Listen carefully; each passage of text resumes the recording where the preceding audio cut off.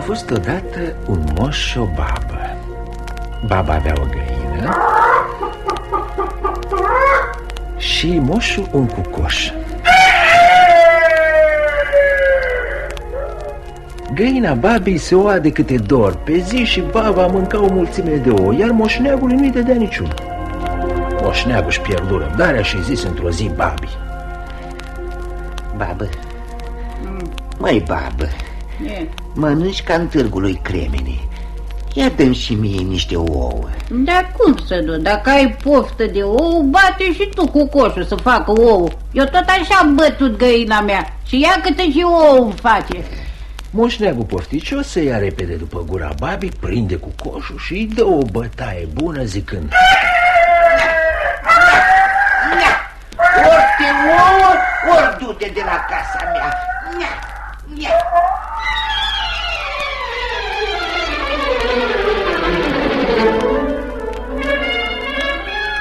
Cucoșul, cum scăpă din mâna moșului, fugi de acasă și începu a umbla pe drumuri. Și cum mergea el așa, numai ea că găsește o punguță cu 2 bani. Și cum o găsește, o ia și se întoarnă cu dânsa înapoi spre casa moșneagului. Pe drum întâlnește o trăsură cu un boier. Boierul se uită la cucoș, vede în clonțul o punguță și zice vezeteului: ia dă-te jos și vezi ce are cu coșul acela împlis.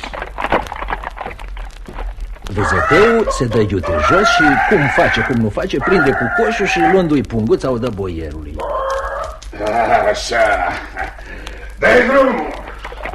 Cu coșul supărat nu se lasă și se ia după trăsură zicând: Boier mare, dați punguța cu 2 bani. Boierul, ciudat cum ajunge în dreptul unei fântâni, zice vezeteului: Ia cu coșul, ești obraznic și aruncă în fântâna aceea. Vezeteul iar se dă jos de pe capră, prinde cu coșul și la zvârle în fântână.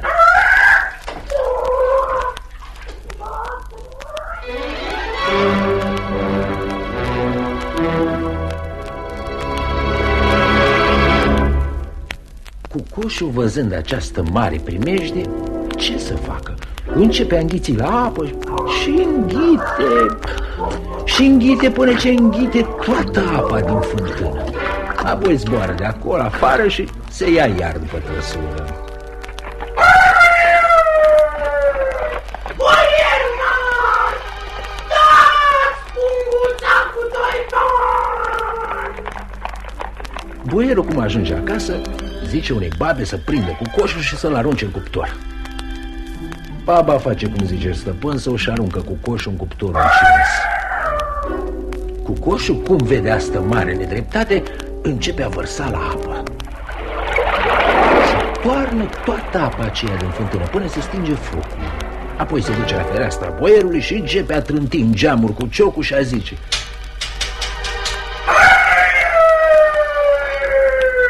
Boier mare, dați punguța cu 2 bani. Măi, că mi-am găsit bileaua cu dihania asta de cucoș. Vezeteu! Zvârle cucoșul ăsta în cereala vidilor. Poate vreun buhai o lua în carne și o scăpa de supărare. Vezeteul ia cu coșul și la zvârle în cereală. Atunci să vezi bucuria cu coșului. Înghițea la boi, la vaci și la oi până se-i sprăvi toată cireala. Apoi veni iar la geamul boierului și iarăși începu: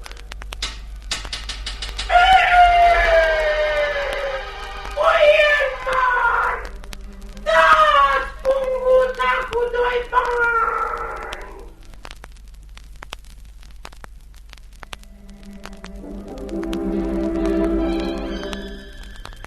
Boierul nu mai știa ce să facă și cum sta pe gânduri, numai ce zice: Am să-l închid în cămara cu bani. Poate că înghițind galbeni s-o neca cu vreo unul și-o scăpa de dânsul. Și-l aruncă pe cucoș în cămara cea plină cu bănet.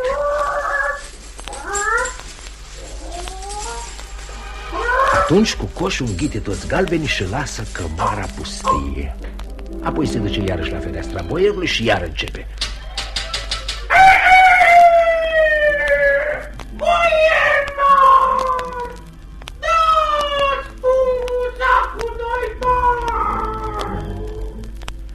Boierul, văzând până la urmă că n-are ce-i face, i-a zvârlit punguța.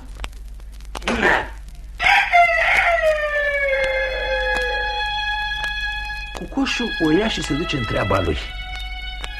Atunci toate păsările din ograda boierească, văzând vitejia cucoșului, s-au luat după dânsul de ți se părea că e o nuntă și nu altceva. Când ajunge cucoșul la casa moșneagului, se oprește la poartă și începe a cânta.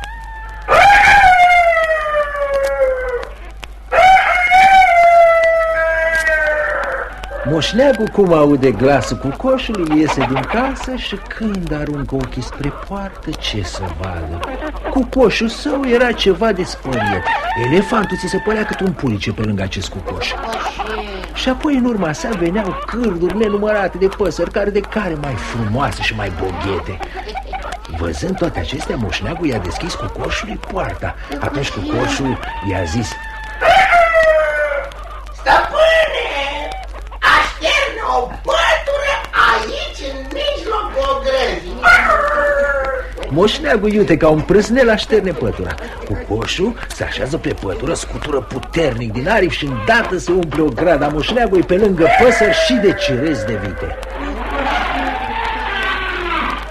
Iar pe pătură turnă cucoșul o movilă mare de galbeni care străluceau la soare de sua ochii.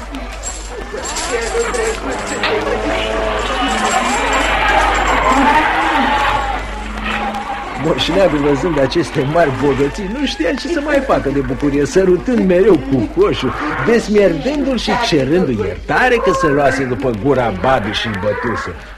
Baba, când a văzut toate acestea, nu mai sclipea ochii din cap și pleznea de ciudă. Apoi spuse moșneagului rușinată: Moșnege, dă-mi și mie niște galbeni. Ba, pune-ți pofta în cui, mă, babă. Când ți-am cerut o, știi ce mi-ai răspuns? Bate acum și tu găina ta să-ți aducă galbeni, că așa am bătut eu cu coșul, știi tu din a cui vine.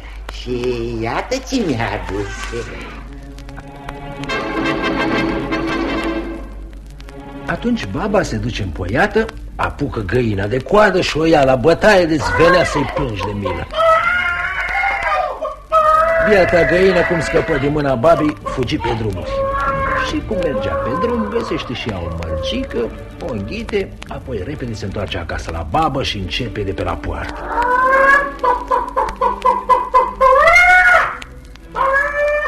Baba iese cu bucurie înaintea găinii. Găina sare peste poartă, trece iute pe lângă babă, se pune pe cuibar și după vreun ceas de ședere sare de pe cuibar cotcodăcind. Baba se duce atunci să afle ce a făcut găina. Și când se uită în cuibar, ce să vadă? Găina o oase o mărgică. Baba, când vede că și-a bătut joc de ea, o prinde și o bate până o omoară. Și așa baba cea zgârcită și nebună a rămas de tot săracă lipită pământului. Moșneagul însă și-a făcut o casă mare, o grădină frumoasă și trăia foarte bine. Iar pe cucoș îl purta în toate părțile după dânsul, cu salbă de aur la gât și încălțat în ciuboțele albe și cu pinte la călcâie, de ți se părea că e un irod din cei frumoși, iar nu un cucoș de făcut cu borș.